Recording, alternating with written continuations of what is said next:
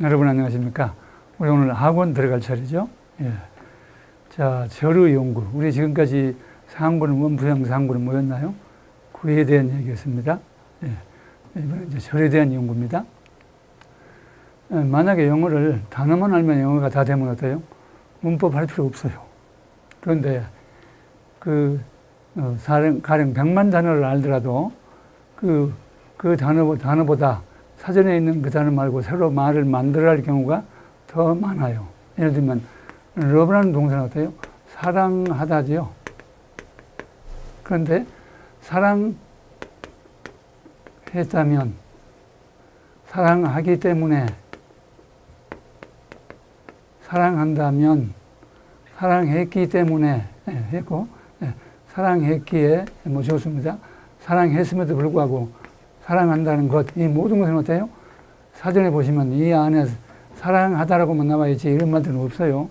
이런 말은 어떻게 합니까? 구와절로 만드는 겁니다. 그래서 그 구와절로 만드는 것이 바로 구와절을 공부하는 이유지요. 그러니까 영어는 어때요? 5구와 3절로 되어 있습니다. 이게 무슨 절인가요? 우리 아시다시피 전명구, 또요 배운 순서대로 투부정사, 동명사, 동형사, 동부사 이렇게 있었죠. 예, 이것은 어때요? 전부 구들이었습니다. 그래서 한군에서 원푸형 상군이 이걸 다루는 것들이었죠. 예, 자, 예, 학원 우리가 지금 배울 것은요 3가지 절입니다. 절은 몇 가지냐면요 명사절, 형용사절, 부사절 이 3가지밖에 없어요. 그런데 각각 종류가 많습니다. 그래서 우리가 지금 앞으로 학원은 이것들을 공부할 것인데, 이 절이 영어에서 뭡니까? 영어에서 가장 높은 단계라고 말할 수 있어요. 절 단계를 알아야, 이게 어때요?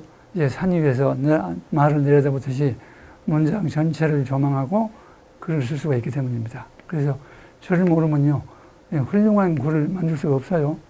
물론 그것도 필요하죠. 그러나 절이 훨씬 더 복잡하고 하기 때문에 우리가 지금 절을 공부할 필요가 있는 겁니다. 예. 사실 절이 굉장히 어렵지만 제가 절을 잘 설명하고 있습니다. 그래서 사실은 쉬워요.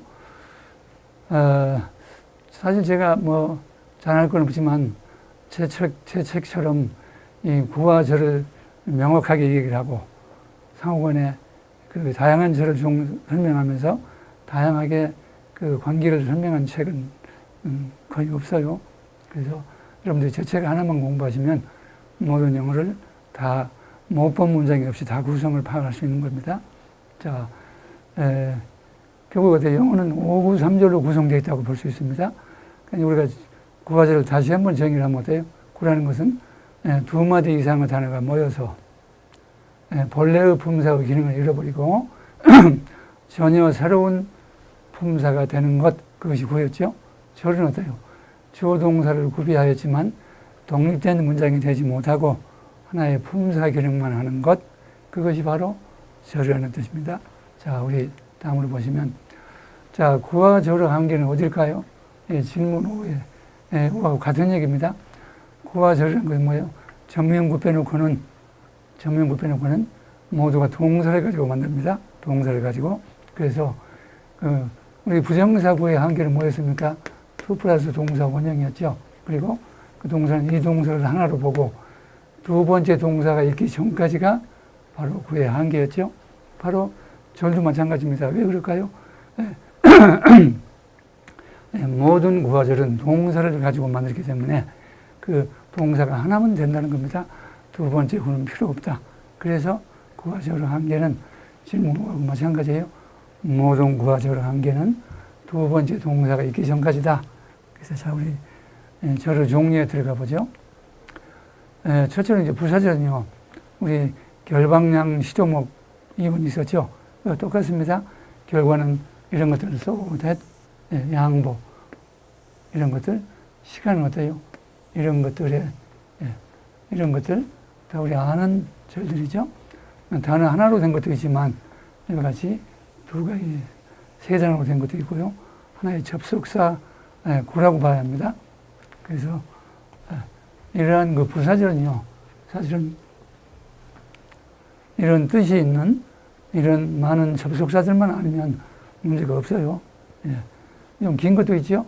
예. provided that, 혹은 providing that, 이런 식으로. 예. 조건, 목적, in order that, 기억나시죠? 예. so that, 이 원인, 이런 것들, as if, 이런 것들이, 많은 것들이 있는데, 이런 것들만, 그러니까 부사절은요, 이런 접속사만 알면 문제가 없어요. 예. 자, 그 다음에 이제 명사절이요.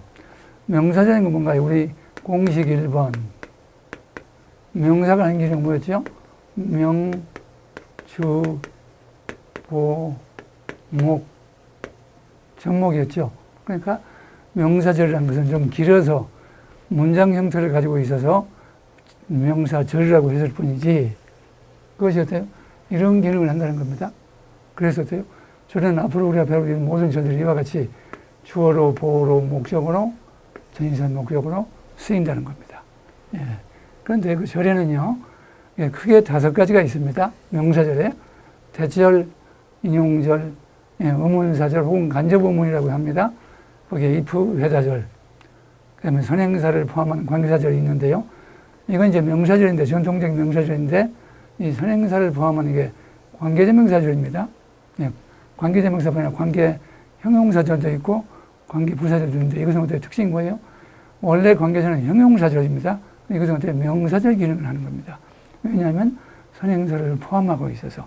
그들이요, 다시 6가지가 있습니다. 그러니까 위에서 말한, 예, 위에서 말한 이게 5가지에다가 플러스 이 6가지들입니다. 여기는 독립관계의 대명사, 예, 독립관계의 형용사. 그러니까 독립관계 대명사죠.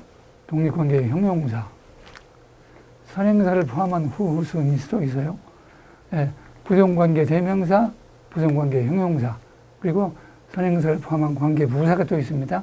그래서 다 해서 이게 대부분 이게 6개, 위에 4개 합하니까 다 해서 10개의 명사절이 있는데 전부 같아요. 이렇게 쓰인다는 겁니다. 예, 그러니까 원리가 첫날 배운 공식이 지금 그대로 확장 적용되는 것이죠.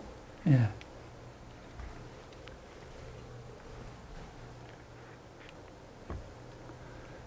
그런데 여기 위에서 본 이것들이요, 전부가 접속사. 그래서 관계대명사 가지면 사실은 어때요? 접속사로도 쓰이는 겁니다. 그 성질이. 그래서 이러한 것들이 접속사들인데, 그런 접속사는 한 절이 나오면 거기에는 접속사가 1개만 필요하다. 그래서 어떤 한 절에 대해서 2개의 접속사가 올 수가 없다는 겁니다. 그래서 접속사는 서로 배타적인 관계가 있어가지고 어떤 문장에 명사절을 만드는 접속사하고 부사절을 만드는 접속사하고 같이 붙어 있을 수가 없습니다. 물론 다른 문장이 나오면 가능하죠. 예. 자, 우리 지금까지 해서 부사절, 명사절 봤고요. 이번에 형용사절. 형용사절 모두가 관계사절입니다. 자, 우리 볼까요? 우리 관계사가 뭐가 있나요? 관계사는 관계 대명사, 관계 형용사, 관계 부사가 있죠. 자, 이것은 무슨 절일까요? 그렇게 물어보면요, 영어를 많이 하신 분들도 이것은 대명사니까 명사절이고, 관계 형용사니까 형용사절이고, 관계 부사니까 부사절입니다. 이렇게 대답한 분이 대부분입니다. 아닙니다. 모든 관계사는 그것이 관계 대명사든 형용사든 부사든 간에 전부가 어때요? 전부가 형용사절입니다. 무슨 말입니까? 공식 2번에 형용사가 하는 기능이 형, 혼, 보, 명수죠? 그런데요, 즉 형용사가 하는 기능은 보호가 되든지 명사 수식 아닙니까? 그러니까 공식 2에 따라서 이 형용사절도 혼자 보호되고 명사 수식도 돼야 하지 않겠습니까? 그런데요, 참 고맙게도 모든 형용사절은 모두가 관계사절이고 이것들이고, 이게 전부가 돼요. 혼자 보호는 될 수가 없어요. 명사를 수식만 합니다. 그 점에서 우리는 공부하기 쉬운 거죠. 예.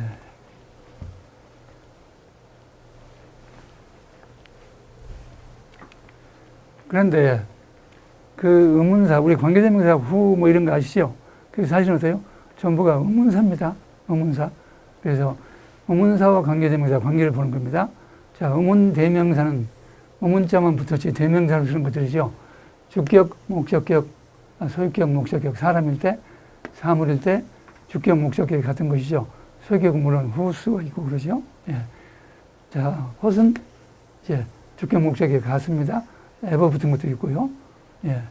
예. 그런데 이것들은 의문사는 아니죠. 예. 그러나 이것들도 관계대명사로 쓰이죠. 어쨌거나 의문 대명사가 바로 관계의 대명사입니다. 이게 바로 관계의 대명사입니다. 그 특징은 뭐예요? 이 의문사가 해석이 안 됩니다. 내일은 이제 우리가 관계대명사 자세히 보겠지만 우리 상고는 어때요? 장미공식으로 모든 것을 커버할 수 있었죠. 장미공식이 상고의 핵심 아닙니까? 하고는요 관계대명사를 구성하는 마라톤 공식이라는 게 있습니다. 마라톤 공식. 이게 어때요? 학원의 절을 담당하는 중요한 기준이 되는데 내일 우리가 생각할 수 있을 겁니다. 예. 자, 의문 형용사는 어때요? 예, 이런 것들이 있죠. 이것들이 바로 관계의 형용사입니다. 물론 에버자가 붙이기도 하죠. 예. 그 다음 어때요? 의문 부사가 어때요? 바로 관계부사입니다. 예. 전부가 의문 부사가 관계부사입니다. 그래서 이때 의문사들은 이와 같이 이 관계사를 구성하는 이런 관계사를 구성하는 이런 의문사들은요, 그때는 접속사가 되는 겁니다. 종속 접속사. 그래서 의문사이면서 동시에 접속사가 되는 겁니다. 의문사가 순수한 의문을 구성할 때 퀘스천 마크 붙은 거 그때만 의문사일 뿐이지 의문사가 절을 구성하거나 관계대명사, 형용사절, 명사를 구성할 때는 그것은 접속사가 되는 겁니다. 예. 자, 우리 의문자만 붙은 것들이 그게 사실은 전부가 관계대명사, 관계형용사, 부사로 쓰인다는 거 이거 봤고, 자 질문이 있습니다. 의문문이 아니면서 의문사가 문장 중에 쓰는 경우는 3개가 있습니다. 어떤 경우가 있나요? 첫째로 우리 배운 겁니다. 첫째로 의문사가 플러스 어때요? 여기에 to 플러스 동사 원형. 이게 뭐예요? 부정사죠. 부정사 앞에 의문사가 붙은 것들이 있습니다. 이건 무슨 건가요? 명사구로 쓰이죠. 예. 즉, 의문문이 아니면서, 지금 무슨 말입니까? 의문사로 시작하고, 뒤에 퀘스천 마크가 있는 이런 스타일이 아닌 거. 그러면서 문장 중간에 의문사가 들어간 것은 3가지라는 겁니다. 두 번째가 뭐예요? 우리가 지금 배우는 관계사들입니다. 관계사들. 그때는 어때요? 이것은 형용사절입니다. 형용사절. 세 번째 우리가 지금 안 배우고 시간이 몇 시간 지나서 배우고 있지만 의문사절이라는 게 있습니다. 이것은요 간접 의문문이라고도 하지요. 예. 이것들은 어때요? 명사절입니다. 의문사가 해석됩니다. 이때는 의문사가 해석이 안 됩니다. 그래서 이것은 명사구, 명사절, 이것은 형용사절, 이렇게 달라집니다. 예. 그리고, 자, 이와 같이, 예. 그러니까 어떤 독립된 문장이 아니고 절은요, 반드시 그 절은 어때요? 접속사가 꼭 나와야 합니다. 관계대명사요? 그때 관계대명사로서는 앞에서 맡은 후니, 휘치 이런 것들이 돼요. 의문사지만 사실은 종속 접속사를 이루는 접속사입니다. 종속문을 이루는. 예. 그래서 절은 반드시 접속사가 있어야 하고 그 접속사는 어디 있어야 합니까? 반드시 앞에 있어야 합니다. 어떤 문장이 시작하기 전에 앞에. 예. 그래서 접속사는 배타적인 관계에 있고 즉 한 절에는 한 개만 있어야 하고 그 접속사는 어떤 절이 시작되기야 전에 앞에 있어야 하고 그런 경우가 있다. 이것은 우리가 이 3가지인데 우리가 여기까지 오늘 내일 배우고 조금 지나서 배울 겁니다. 자, 이렇게 해서 우리가 절의 기본을 마쳤고요.